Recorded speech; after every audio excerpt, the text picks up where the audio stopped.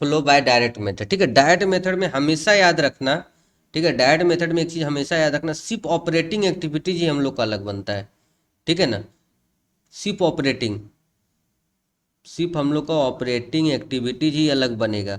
बाकी जो हम लोग का बनता है ना इन्वेस्टिंग एक्टिविटीज और फाइनेंसिंग, वो ऑटोमेटिक डायरेक्ट मेथड होता है, वो डायरेक्ट और इनडायरेक्ट दोनों एक ही जैसा बनता है, ठीक है। तो ऑपरेटिंग एक्टिविटीज ही हम लोग का अलग बनेगा थोड़ा, ऑपरेटिंग एक्टिविटीज, ठीक है। इसमें डायरेक्ट मतलब डायरेक्ट कैश को देखा जाएगा।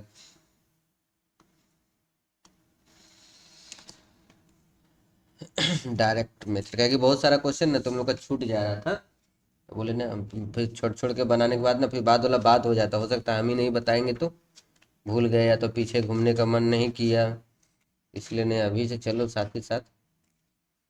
होता है ना आगे बढ़ जाने के बाद फिर पीछे घूमने का मन नहीं करेगा, तब उस समय क्या होगा, फिर सब बोलेगा कि सर देखो बोले थे बाद में बताएंगे, और बताए नहीं, इसीलिए अभी ही हम बना लेते हैं इसको।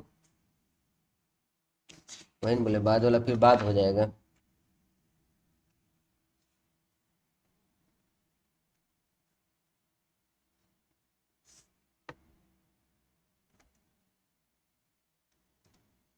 सर सिक्स सेमेस्टर का एग्जाम कब तक होगा?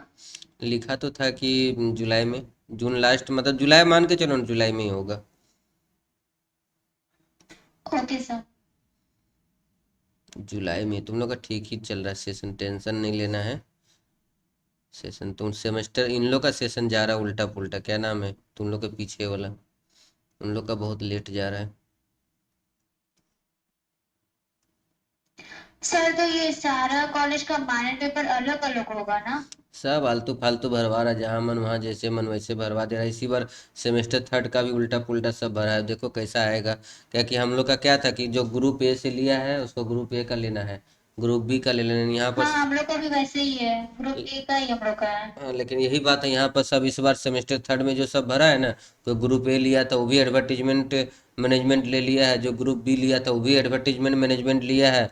अब कुछ कुछ स्टूडेंट बिजनेस टैक्स ले लिया है, क्या होगा पता नहीं। हम आप अच्छा तो सर आप ये नोट्स क्या चीज का प्रोवाइड करेंगे, ए बी सी तीनों ग्रुप का सिक्स में? तुम लोग में कहाँ उतना है, तुम लोग तो पेपर फिक्स है। हाँ। तुम लोग का तो पेपर फिक्स है ना, इसमें इसमें तो कहाँ ए बी सी कुछ नहीं दिया है, इसमें तो पेपर पांचों पेपर फिक्स है।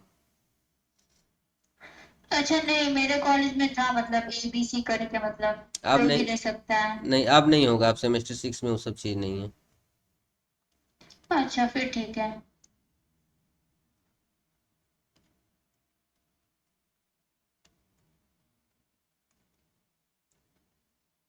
देखो ये जितना सिंपल दिख रहा है ना, उसमें थोड़ा सा इसमें ना क्या बोलते हैं, डेटर अकाउंट सब क्रेडिटर अकाउंट सब भी बनाना पड़ेगा, ठीक है। देखो सुनो ये ध्यान से, सबसे पहले कैश फ्लो स्टेटमेंट, ठीक है। डायरेक्ट मेथड, डायरेक्ट मेथड में क्या है ना कि सिर्फ ऑपरेटिंग एक्टिविटी याद रखना, सिर्फ ऑपरेटिंग एक्टिविटीज हम लोग का अलग बनेगा, ठीक है। इन्वेस्टिंग और फाइनेंसिंग कभी भी अगर एग्जाम में बाय चांस बता देते हैं, अगर एग्जाम में बाय चांस डायरेक्ट मेथड आ गया, ठीक है, जी की बहुत संभावना बहुत कम है, लेकिन पता है ना अगर मान लो पूछ दिया तब, ठीक है, अगर पूछ दिया तो सिर्फ ऑपरेटिंग डायरेक्ट मेथड से बनेगा। इन्वेस्टिंग जैसे अभी हम लोग आगे पढ़ेंगे उसी तरह बनेगा, अभी जिस तरह फाइनेंसिंग हम लोग जिस तरह आगे पढ़ेंगे उसी तरह बनेगा, ठीक है। तो फाइनेंसिंग और इन्वेस्टिंग दोनों सेम बनता है, सिर्फ ऑपरेटिंग में देखो डायरेक्ट मेथड में क्या होता है, डायरेक्ट आ जाएगा कैश, डायरेक्ट डायरेक्ट कैश का एंट्री होगा, और जितना पैसा आएगा देखो सब प्लस में, cash sales plus, cash receive from customer plus हो जाएगा। और कहाँ से पैसा आता है, ठीक है, तो कोई भी कैश रिसिप्ट लिख देते हैं यहाँ पे, कैश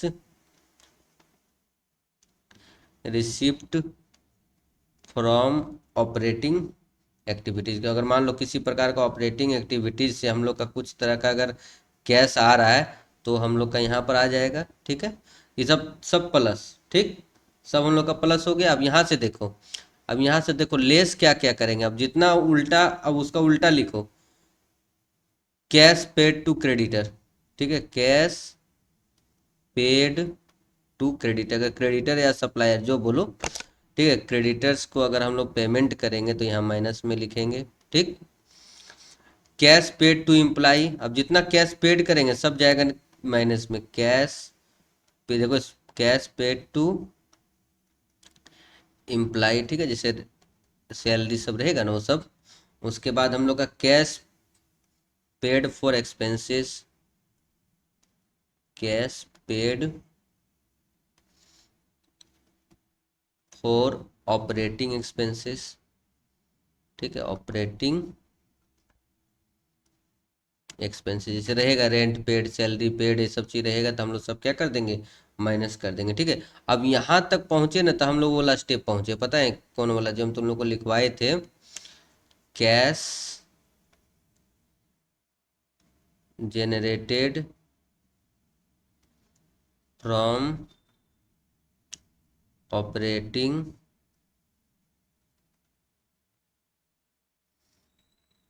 एक्टिविटीज, ठीक है ना, ऑपरेटिंग एक्टिविटी, यहाँ तक हम लोग पहुँचे अभी, ठीक। अब यहाँ देखो यहीं पर हम लोग का आंसर आ जाएगा अगर टैक्स पेड नहीं दिया रहेगा तब, ठीक है, यहीं पर हम लोग का आंसर आ जाएगा। लेकिन अगर इनकम टैक्स दिया रहेगा तो पेमेंट कर देना, ठीक है, इनकम टैक्स पेड, इनकम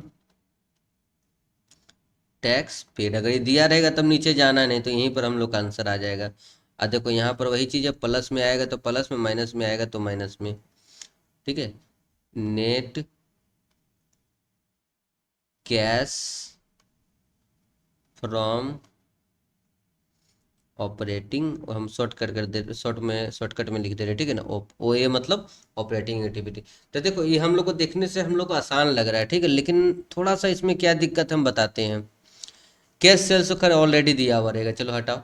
ये हम लोग का ना डेटर अकाउंट से बना के निकाल लेंगे और ये हम लोग क्रेडिटर अकाउंट से बना के निकाल लेंगे, ठीक है। तो इसका वर्किंग नोट भी एक दो ठो लिख देते हैं ताकि अगर हम लोग को जरूरत पड़ेगा ना, अगर उसी यहाँ तुम लोग का ना यहाँ पर फॉर्मूला दिया हुआ है, यहाँ पर तुम लोग का वैसे फॉर्मूला दे दिया, लेकिन फॉर्मूला से नहीं बनाते हैं हम, तुम लोग का एक ठो अकाउंट बता देते हैं, अगर कभी मतलब दिक्कत हुआ तो अकाउंट से ही बना लेना।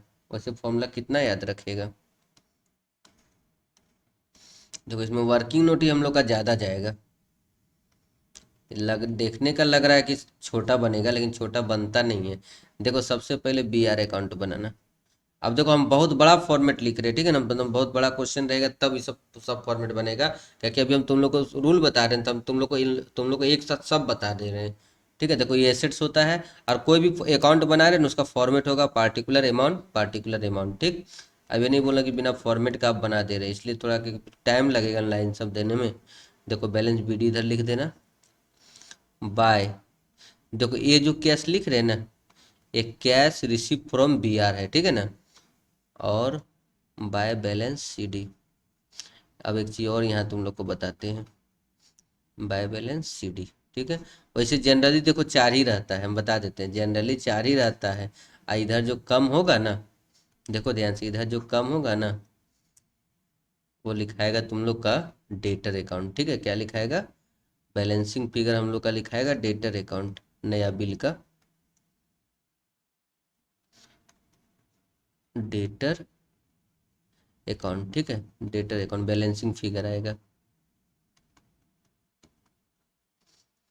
लेकिन कभी कभी क्या होता है ना, डिजोनर भी दे देता है, ठीक है ना, बी आर डिजोनर भी कभी कभी अगर मान लो दे दिया, तब फिर हम लोग ना इधर लिखना, अभी हम नहीं लिख रहे फॉर्मेट, ठीक है, फॉर्मेट बहुत पेचीदा हो जाएगा इसलिए नहीं लिख रहे, खाली हम बता दे रहे तुम लोग को कि अगर बिल्स डिजोनर दिया रहेगा ना तो इधर लिखना बाय डेटर, ठीक है, बिल्स डिजोनर देगा तो ज़्यादा इधर लिखना, ज़्यादा सिंपल सा क्वेश्चन रहता है ना तो इतना ही देता है। तो देखो यहाँ बी आर हम लोग का एसेट्स होता है इसलिए बी डी इधर होगा, सी डी इधर होगा, कैश बिल्स मतलब यहाँ बिल्स पेमेंट जो होता है ना, बिल्स से जो हम लोग को पैसा मिलता है बी आर से वो यहाँ लिखाएंगे, और ई हम लोग का बैलेंसिंग आएगा, ठीक। अब आगे बढ़ते हैं। अब बी आर के साथ ही तुरंत बनेगा डेटर अकाउंट, एक नंबर में ये बनाना, अगर बड़ा क्वेश्चन रहेगा तब, नहीं तो फिर सिर्फ डेटर और क्रेडिटर बनेगा। अब यहाँ दो नंबर में हम लोग बनाएंगे डेटर अकाउंट, देखो डेटर ही मेन है, ठीक है, डेटर अकाउंट को ही कस्टमर अकाउंट भी बोला जाता है, ठीक है। डेटर अकाउंट जब हम लोग बनाएंगे, डेटर भी हम लोग के लिए एसेट्स होता है, तो इसका भी बैलेंस हम लोग इधर लिखेंगे। देखो तुम समझो चाहिए, हम लोग पहले भी पढ़े हैं, डेटा वही डेटर अकाउंट है जो पहले पढ़े थे वही है। देखो इधर लिखेंगे by cash receive from debtor, देखो बोल बोल के लिख रहे हैं, ठीक है, by discount allowed to debtor, यहाँ डिस्काउंट अलाउड लिखाएगा, by sales return from debtor, sales return को रिटर्न इनवार्ड भी बोला जाता है, सेल्स रिटर्न, ठीक है। बाय बैड डेप्ट account debit to debtor account, अगर मान लो पैसा डूब गया है तो बैड डेप्ट भी कभी कभी दे देता है, इसलिए इधर लिख दिए। और लास्ट में ज़्यादा ताम झाम रहेगा तो फिर लास्ट में लिखाएगा by balance C D. C D से पहले एक चीज़ और बता देते हैं, ये देखो यहाँ पर जो बी आर आया ना, यहाँ पर टू डेटर आया, 2 में आया है तो यहाँ बाय में लिखना, ठीक है ना, बाय बी आर अकाउंट, नया बिल जो लिखाएगा, और लास्ट में बचा, मतलब देखो पूरा फॉर्मेट लिख दिया। अभी एक क्वेश्चन में इतना ताम झाम थोड़े दे देगा कि तुम लोग वहीं फंस के रह जाओ।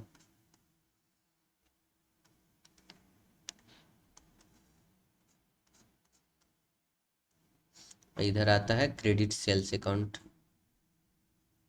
Credit sales. अब बोलेगा सर इससे क्या निकलेगा, तो देखो हम लोग का इससे क्या काम है बता दे ये वाला। देखो हम लोग कैश रिसिप्ट डेटर निकालने के लिए इतना इंतजाम करना पड़ेगा, कैश रिसिप्ट फ्रॉम डेटर, क्योंकि हम लोग यहाँ फॉर्मेट में लिखे थे ना, तो इतना हम लोग का डेटर अकाउंट में जाएगा। उसके बाद देखो तुरंत बीपी अकाउंट, 3 नंबर में बीपी बनाना, बड़ा ही फॉर्मेट तुम लोग को बता दे रहे हैं, क्या कि कोई भी चीज़ कन्फ्यूजन नहीं रहेगा। अब 3 नंबर में बनाना बीपी अकाउंट।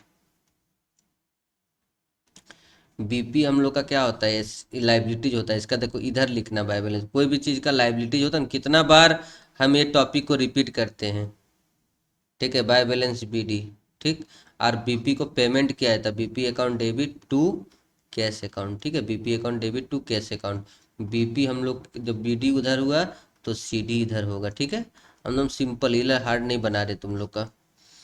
और इधर जो कम होगा ना वो क्रेडिटर आएगा, बैलेंसिंग फिगर, ठीक है, क्रेडिटर अकाउंट। देखो बीपी क्रेडिटर से लिंक है, ठीक है, बीपी जो है ना वो क्रेडिटर से लिंक है, ये हम लोग का बैलेंसिंग फिगर आएगा, ठीक है। फॉर्मेट पहले रहने दो सामने, अभी फॉर्मेट समझो, जब क्वेश्चन आएगा ना तो एक एक करके सब क्लियर होगा, ठीक है। अभी फॉर्मेट पहले देखो ध्यान से। अब 4 नंबर में हम लोग बनाएंगे क्रेडिटर अकाउंट। देखो एकदम सबसे बड़ा क्वेश्चन रहेगा तो इतना बड़ा बनेगा, क्या कि देखो तुम लोग का बुक में ना फॉर्मूला दिया हुआ है। हाँ। सर हम्म। धुंधला दिखाई दे रहा है। फिर से काट के फिर से ज्वाइन करो, नेटवर्क प्रॉब्लम होगा। ठीक है। देखो ये हम लोग का, और किसी को धुंधला दिख रहा है क्या?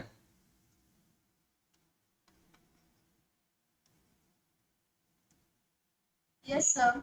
Yes sir. और इधर यस से सर। धुंधला जा रहा है ना, 1 मिनट।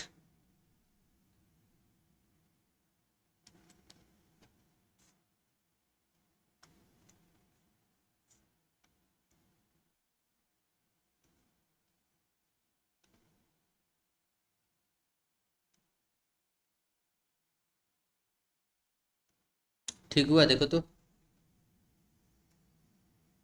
Yes sir. ठीक आ रहा है ये।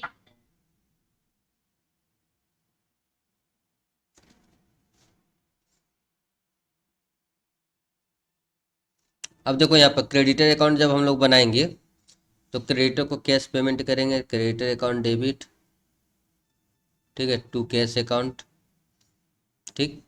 क्रेडिटर से हम लोग को डिस्काउंट मिलेगा, ठीक है, डिस्काउंट रिसिप्ट इससे लिंक है, ठीक है, डिस्काउंट रिसिप्ट हो गया। उसके बाद टू परचेज रिटर्न आएगा, उसमें सेल्स रिटर्न आएगा, इसमें परचेज रिटर्न आएगा, ठीक है। उसके बाद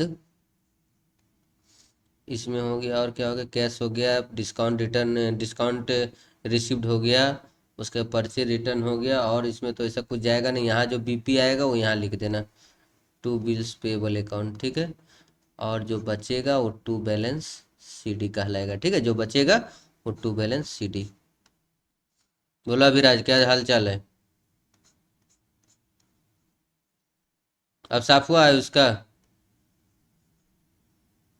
यस सर। बाय। देखो यहाँ पर ध्यान से, सबसे पहले यहाँ पर ना बैलेंसिंग फिगर हम लोग का, बैलेंसिंग नहीं लिखाएगा, ये तो दिया हुआ रहेगा, क्रेडिट परचेज, ठीक है।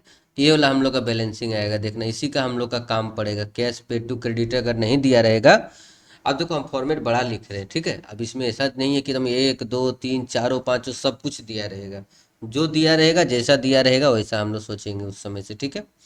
एक चीज़ और तुम लोग को लिखते हैं फॉर्मेट नीचे में, कभी भी याद रखना टोटल सेल्स बराबर क्या होता है, या तो क्रेडिट सेल्स, डायरेक्ट जो हम लोग का काम है वही लिखते हैं।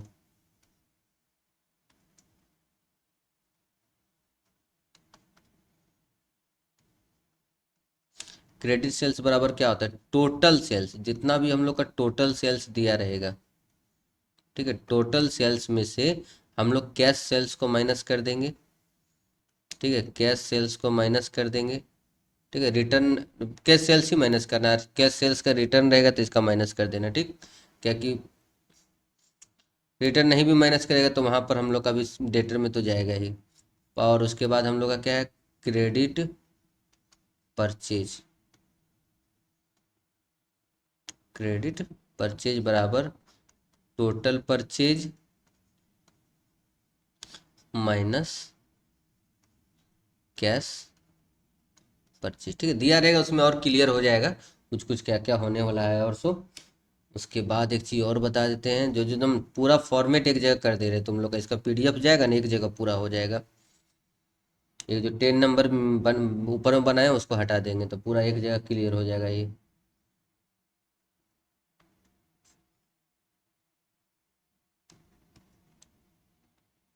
कैश पेड टू एम्प्लाई, ठीक है, कैश पेड टू एम्प्लाई कैसे निकालेंगे, सबसे पहले जितना हम लोग का वेजेज दिया हुआ रहेगा, देखो ध्यान से, यहाँ वेजेज या सैलरी एक लिख देते हैं तुम लोग को, वेजेज या यहाँ सिर्फ वेजेज या सैलरी जो लिख रहे हैं, एक एग्जांपल लिख रहे हैं, सब में यही लगेगा, लेकिन फॉर्मूला एड जो दिया रहेगा उसमें से हम लोग ऐड कर देंगे आउटस्टैंडिंग, पी वाई मतलब प्रीवियस ईयर, ठीक है, पी वाई मतलब प्रीवियस ईयर, और प्रीपेड, ठीक है, प्रीपेड हम लोग कर देंगे करंट ईयर का, ठीक है, लेस, इसका उल्टा कर दो, क्योंकि हम लोग कैश चाहिए तो ये लोग फॉर्मूला लगा के हम लोग निकालेंगे, अगर दिया रहेगा तो इसे दिया हुआ ही रहेगा, अभी बनाएंगे ना, प्रीपेड देखो आप सी वाई है तो यहाँ पी वाई हो जाएगा,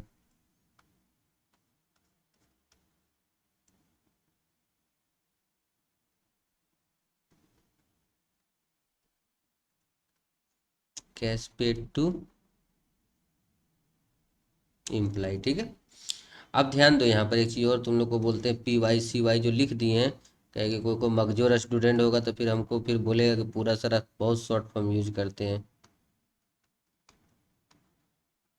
प्रीवियस ईयर,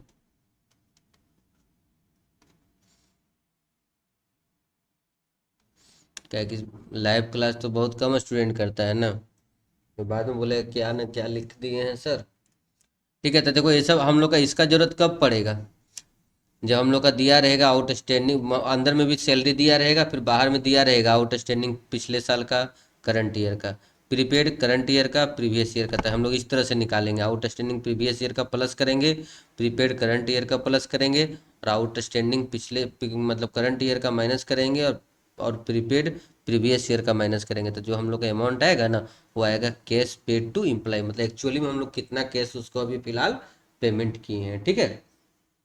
और तो ऐसा कुछ है नहीं इसमें। अब देखते हैं क्वेश्चन एक तो बना के, क्योंकि स्क्रीनशॉट लेगा तो ले सकता है, लेकिन अभी बहुत टाइम लग जाएगा उसको हम छोटा छोटा करने में हमको, देखो यहाँ से स्टार्ट हुआ है, थोड़ा छोटा कर देंगे तो अगर कोई लेना चाहता तो ले सकता है यहाँ से स्क्रीनशॉट, ठीक है ना, लेते जाओ, हम यहाँ से धीरे धीरे घसका देते हैं, ठीक है।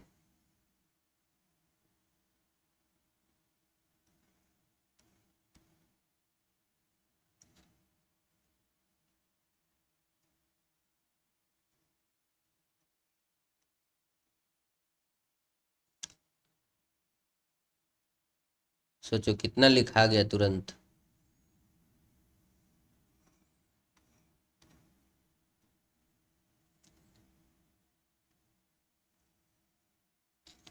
अब आ जाओ क्वेश्चन में एक डायरेक्ट बोलो। ये जो कैश रिसीव फ्रॉम कस्टमर है उसको निकालने के लिए हम लोग बिल्स रिसीवेबल और डेटर्स बनाएंगे। देखो अब इसमें तुम लोग स्पष्ट करा देते हैं, देखो बी आर दिया रहेगा तो ठीक है, नहीं दिया रहेगा तो सिर्फ ये बनाना पड़ेगा बस, ओके सर। और कैश पेड टू क्रेडिटर के लिए सिर्फ ये बनाना पड़ेगा, फॉर्मूला भी लिख सकते हैं। देखो फॉर्मूला कैसे बनता है हम बता देते हैं। देखो फॉर्मूला कैसे बनता है, देखो मान के चलो जिस तरह तुम लोग का बुक में फॉर्मूला दिया ना, तो हम फॉर्मूला बताते हैं कैसे बनता है। सो देखो creditor at the opening plus credit purchase minus discount received minus purchase return minus BP minus closing creditor equal to cash paid to creditor. तो उतना जो याद रखेंगे फॉर्मूला, उससे अच्छा हम लोग क्रेडिटर अकाउंट सब सिंगल एंट्री सिस्टम हो गया, या तो और सारा क्या क्या था हमको भी इतना याद नहीं है, वो सब में भी हम लोग डेटर, हाँ डेटर क्रेडिटर अकाउंट ज़्यादा सिंगल एंट्री सिस्टम में ही ये वाला बनता है। उसमें हम लोग पढ़े ही थे, ब्रांच अकाउंट में भी हम लोग का डेटर अकाउंट आया था। ठीक है, तो हम लोग ये सब से हम लोग को पहले से इंट्रोडक्शन, इसीलिए हम यही टॉपिक तुम लोग को बता दिए। और फॉर्मूला है, ठीक है, वो भी लिख ही देते हैं, रुक जाओ। एक तुम लोग का ना और फॉर्मूला दिया हुआ है कॉस्ट ऑफ गुड्स सोल्ड वाला, वो भी लिख देते हैं, 1 मिनट रुकना।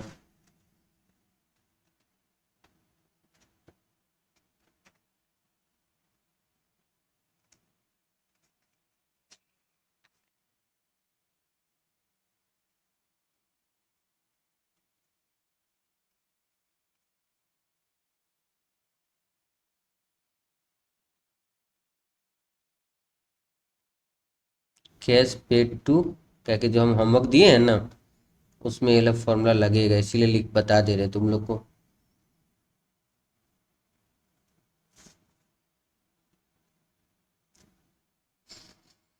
Cost of goods sold,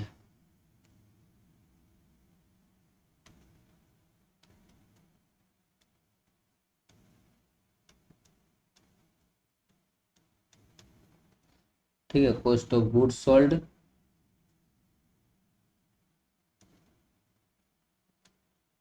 add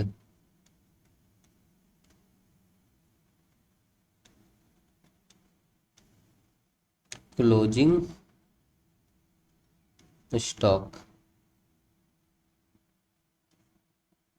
ये हम लोग फॉर्मूला ये भी पहले पढ़े हैं, नया फॉर्मूला नहीं है, लेकिन लिख देते हैं। ओपनिंग स्टॉक, इससे हम लोग का आ जाएगा परचेज। ठीक है, इससे हम लोग का क्या आ जाएगा, टोटल परचेज। टोटल परचेज, लेकिन हम लोग को चाहिए क्रेडिट परचेज। हम लोग को क्या चाहिए, क्रेडिट परचेज। ठीक है, अभी इसको हम बंद नहीं करते हैं, कहाँ गया।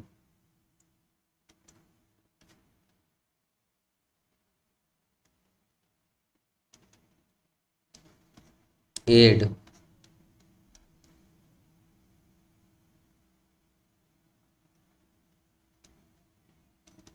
Opening BP plus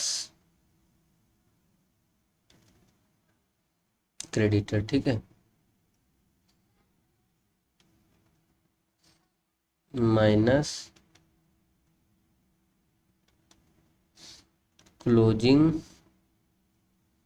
BP plus, एकदम सेम फॉर्मूला लगा देना, बन जाएगा। ये कब लगाएंगे, जब ओपनिंग स्टॉक क्लोजिंग स्टॉक सब दिया रहेगा ना तब।